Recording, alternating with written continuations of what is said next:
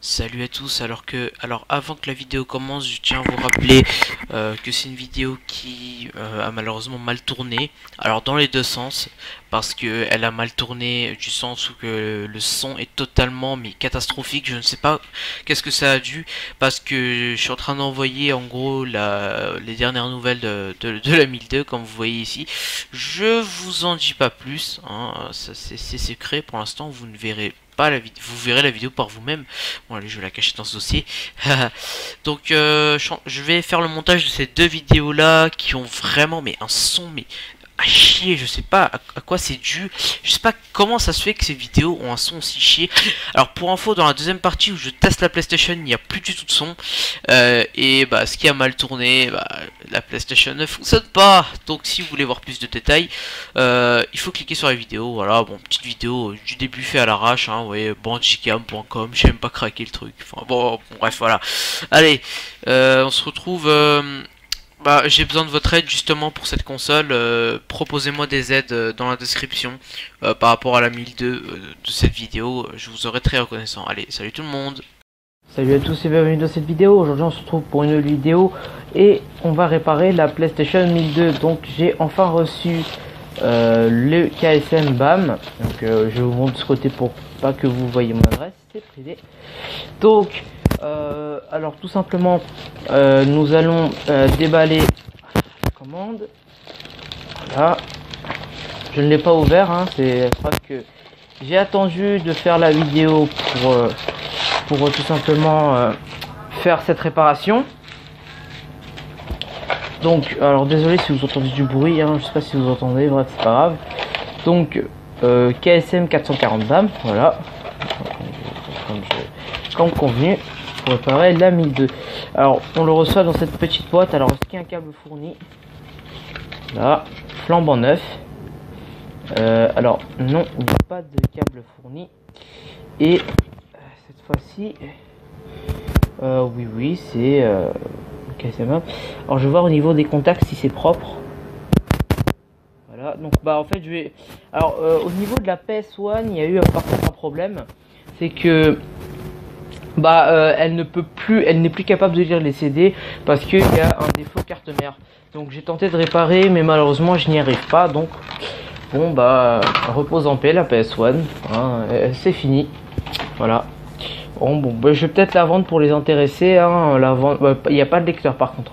Je vais peut-être la vendre pour aller 15-20 euros sur, même pas, je vais la vendre pour aller 10-11 euros comme ça sur eBay, hein, pour un prix dérisoire, hein, voilà. Donc alors bon, on est prêt, donc voici la 1002. Ah oui. Donc je vois tout de suite que je vais devoir alors si vous voyez, vous voyez pas, hein, parce que attendez, je vais essayer de faire en sorte que il y a un champ de caméra assez correct, voilà, histoire que vous voyez la PlayStation, parce que bon voilà, ça prend beaucoup de place. Donc voici la puce multimode 3 que j'ai commandé. Ça sera pour une autre vidéo. On va effectivement enlever la puce qu'il y a déjà dans cette console, parce que vous voyez que j'aimerais bien mettre une LED ici. Par contre il me va falloir de la colle chaude. Il va falloir mettre de la colle chaude, ce que j'aurais pu faire pour le levier d'ailleurs, mettre un peu de colle chaude pour que ça bloque vraiment la LED. Je vais voir ça. Donc ici on a une autre. Bon, ça c'est vide. Alors on a des LED. Oh, là ici il y a des LED. Donc, vous voyez, des LED rouges et des LED bleus qui sont plus là, eux qui sont là-bas. Nous avons la résistance. Voilà. Et c'est tout. Donc la résistance, tout ça, ce sera pour un autre tutoriel. Là c'est la réparation de la 1002. Donc j'ai commandé une petite carte mémoire. Ah oui, donc j'allais oublier. Pour réparer la PlayStation 1002, vous ne pouvez pas utiliser le capot de la PS1 parce qu'il est pas vraiment, il est pareil, presque pareil dans les dimensions, mais pas exactement. Donc je vais chercher le capot noir, j'arrive. Voilà. Donc voici le capot qu'il va falloir utiliser à la PlayStation. D'ailleurs j'ai remarqué qu'il est un peu, bon bref, c'est bon, tout va bien. Donc quelques petits problèmes sur cette console. J'espère que je vais réussir à configurer, c'est-à-dire à mettre le lecteur. et espérons que j'arrive à la réparer. Parce qu'elle m'a fait quelques surprises. Alors, si vous vous demandez pourquoi il n'y a qu'une seule vis, c'est parce que tous les pas de vis, sont cassés. Tous. Et quand je dis tous, c'est vraiment tous. Aucun n'est réparé. Regardez-moi ça. Le capot a bien souffert. Regardez, là, là, là. On peut pas visser, hein. Ici, là. Donc il y a seulement ici où j'arrive à visser, il me semble.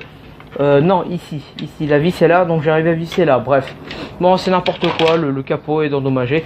Bref, vous voyez, avec le petit mode que j'avais fait, le mode LED, donc on va, toc, je vais essayer. Bon, on va bouger ça, on n'a pas besoin pour l'instant. Je vais essayer de scotcher ce levier hein, plus tard. Aïe, faire attention de ne pas toucher le KSM. Donc est-ce que j'ai un tournevis de précision? Alors attendez 2 secondes. Un tournevis de précision quelque part. J'en ai un. Je l'ai récupéré, il était pardon pour le coup dans le trépied. On aura besoin de ça pour interchanger les deux coques en fait. Donc je vais pousser la PS1. Donc je vais vous montrer ça. Alors je vais rapprocher un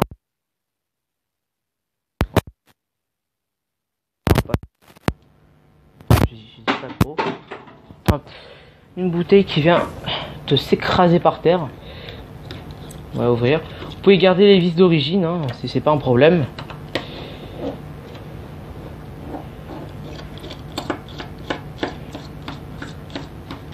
Voilà, donc délicatement, avec attention, faites attention. Si ça ne veut pas sortir, continuez à dévisser jusqu'à que ça sorte. Sinon, ah oui, là c'est pas bien dévissé là. Voilà, donc la deuxième vis est sortie. Donc ce que vous allez faire maintenant, je me rends compte que c'est un peu trop près. Ce que vous allez faire maintenant, c'est que vous allez ôter le petit clip ici, le petit clip là, et vous allez pousser comme ça le capot. Je sais pas pourquoi la caméra a décidé de me faire chier avec le focus. Donc la nappe ici, vous voyez qu'il y a une nappe là. Vous la bloquez dans le petit trou. Ça m'énerve. Voilà. On l'a bloqué dans le petit trou ici. Voilà. Et pareil pour la nappe. Donc, ça m'énerve de devoir faire le focus à chaque fois. C'est comme ça, on n'y peut rien. Donc, alors attendez, je vais regarder en vrai parce que si je regarde à travers la caméra, ça va me gêner, j'ai envie de dire. Donc, hop. Faites gaffe que la nappe reste bien dans le truc. Voilà. Oula. Alors, attends. Justement, c'est pas bon. Voilà. Est-ce que je suis bien en train de le mettre? Oui. Donc, désolé si vous entendez du vent. Alors, oui. Le truc de la caméra, le truc là bouge comme ça. C'est pour ça qu'il faut bien visser le lecteur. Oh, j'arrête pas de perdre mes mots.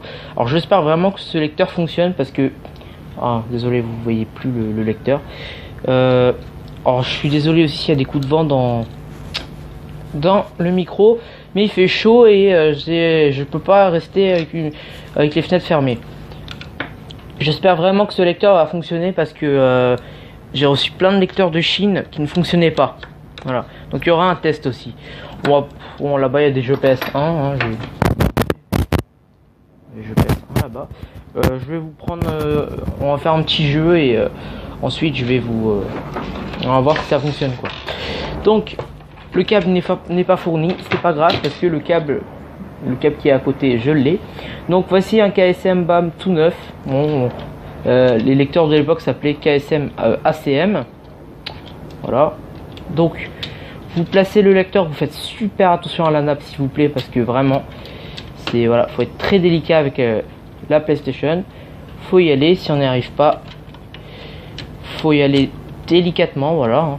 Au bout d'un moment, ça va faire ce que vous avez envie de faire.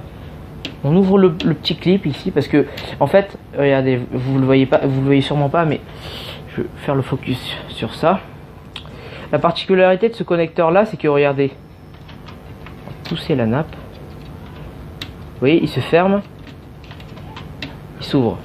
Alors, attendez. Hop, hop, hop, hop. Vous voyez, c'est ça la petite particularité.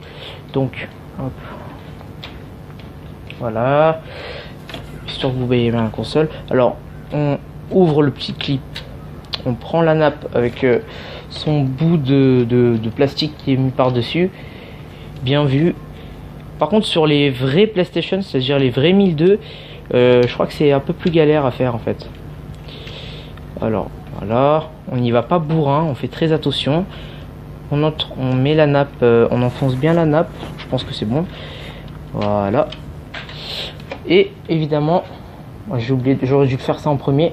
Ici, attention la nappe, on met le petit câble suivant. Je crois que ça c'est pour alimenter le moteur, je pense. Voilà. Voilà. Donc moi je vais mettre les petites LED tout autour comme ça. Moi je vais les attacher à un de ces quatre. Si jamais la PlayStation fonctionne, j'attacherai ces petites LED. Alors là, donc, oh, bon, le câble par contre est un peu trop sorti par là. Ah, ça c'est pas bon ça. Voilà. Faut vraiment que ça fasse le tour du lecteur. Parfait. Donc bon, bah, ça au pire je le scotcherai hors vidéo, hein, c'est vraiment pas important. Donc tout est prêt. Il ne manque plus qu'à tester. Le capot aussi, faut y aller. Faut voir si vraiment le lecteur rentre bien dans le plateau. Et voilà. Donc, alors je vais visser la PlayStation hors vidéo. J'ai vu que c'était ici que je l'avais vissé. Parce que c'est évidemment très chiant à visser. Et on y va pour le test.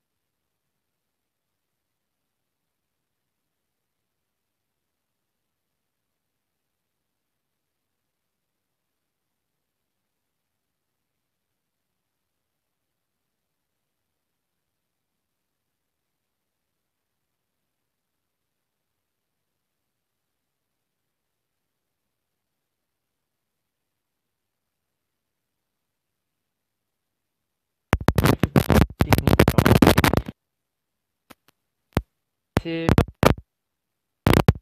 la fois où il y avait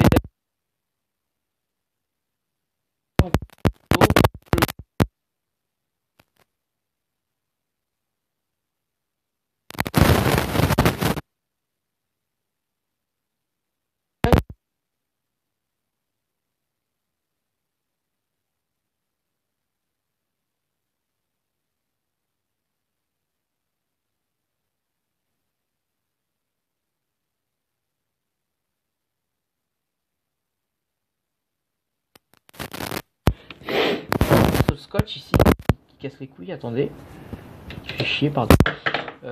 Alors,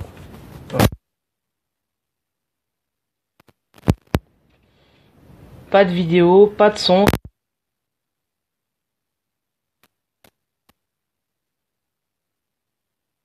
Vérifier dans mon salon. Voilà, donc bah malheureusement c'est un fade. Dommage.